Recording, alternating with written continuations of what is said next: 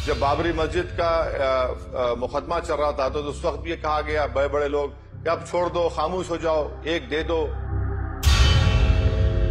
मेरा झगड़ा सिर्फ यही है कि एक ही समुदाय को या एक ही बिलीफ सिस्टम को आप कहेंगे ये सब पर लागू कर दिया जाएगा, वो कैसे होगा भाई?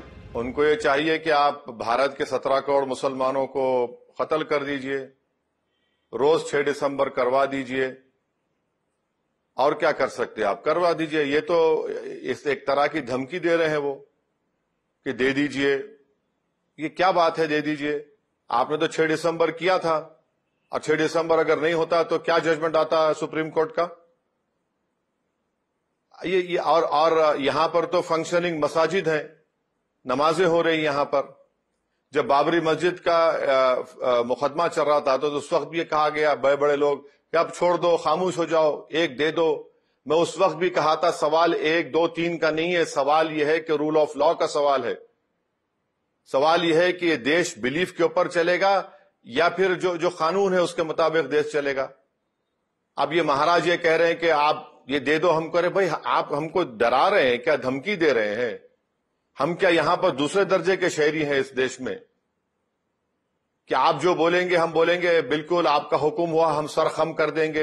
ये क्या बात है? ये देश में सब लोगों का एक बिलीफ सिस्टम है। हर कोई मंदिर को जाता है, मस्जिद को जाता है, गुरुद्वारे को जाता है, चर्च को जाता है। कोई बिलीव भी नहीं करता किसी खुदा में, उसको भी इस देश मानता है। मेरा झगड़ा सिर्फ यही है कि एक ही समुदाय को या एक ही बिलीफ सिस्टम को आप कहेंगे ये सब पर लागू कर दिया जाएगा, वो कैसे होगा भाई? जब भारत का कोई मजहब नहीं है, जब भारत का कोई रिलीजन नहीं है, तो क्यों बीजेपी ये सब काम कर रही है? बीजेपी तो यही काम कर रही है। अपनी आरएसएस की आइडियोलॉजी पर जो हेगडेवर गोलवालकर ने कहा उसे और पंडित दीनदयाल उपाध्याय ने कहा, उसी को लेकर आगे बढ़ रही है बीजेपी। तो सवाल यह है कि क्या मेरी लड़ाई 5 एकड़ जमीन के लिए थी, या ये लड़ाई ये थी कि वहां पर किसी मंदिर को तोड़कर बाबरी मस्जिद नहीं बनाई गई? मेरी लड़ाई यही थी कि वहां पर मंदिर को तोड़कर मस्जिद नहीं बनाई गई। मेरी लड़ाई यही थी कि मैं वहां पर 400 साल नमाजें पढ़ा हूं। जो जीबी पंत के जमाने में नायर एक कलेक्टर होते थे, जो बाद में जनसंघ के एमपी बन गए, जिनकी फोटो रखकर बाबरी मस्जिद में पूजा की जाती थी। आपने मुझे वो तो ये सब देखा ही नहीं आपने। अब रहा सवाल 5 एकड़ का, मैडम, वो मैं फिर से कह रहा हूं, वो मस्जिद नहीं, वो मस्जिद जरारा होगी। जितने मुसलमानों के सेक्ट्स हैं, स्कूल ऑफ थॉट्स, उन सब ने कह दिया कि अगर वो मस्जिद कभी बनेगी, खुदा ना खास्ता, उसमें नमाज नहीं पढ़ना चाहिए। और अगर वो बनती है नहीं बनती अलग बात है। जहां तक मेरा सवाल है, मैं कभी भी उस मस्जिद की तरफ रुख करके नहीं देखूंगा। ये कौन सी बात है कि आप मस्जिद को शहीद करके कह रहे हैं 5 एकड़ ले लो? मेरा झगड़ा 5 एकड़ का नहीं था।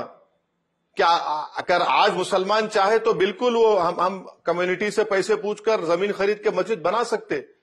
हमारा झगड़ा यह था कि हमारी मस्जिद थी जिसको इलीगली ऑक्यूपाई किया गया, मुझे मस्जिद से महरूम कर दिया गया, और बाद में सुप्रीम कोर्ट को झूठ बोलकर मस्जिद को डेमोलिशन कर दिया गया। अगर 6 दिसंबर नहीं होता तो सुप्रीम कोर्ट और क्या फैसला करता बताइए? क्या कोई कहता कि जाके तोड़ दो उसको? तो जीबी पंत थे, उस वक्त डीएम नायर साहब थे, और आपने जो मुसलमान साहब का नाम लिया वो बिल्कुल बोल सकते हैं। वो टीपू सुल्तान को धोखा देने वाले मुसलमान, सिराजुद्दौला को धोखा देने वाले मुसलमान, करबला के सरजमीन पर इमाम हुसैन को शहीद करने वाले मुसलमान तो ऐसे हैं। जैसा कि किसी शायर ने कहा था कि जाफर सादिक क्या है, नंगे दीन नंगे वतन, ऐसे बहुत से लोग हैं।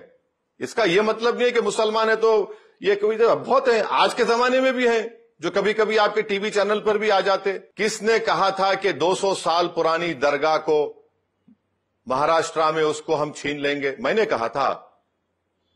मुख्यमंत्री है, सिटिंग चीफ मिनिस्टर है महाराष्ट्र के। किसने कहा था कि 6 दिसंबर मेरी जिंदगी का बड़ा कीमती दिन था?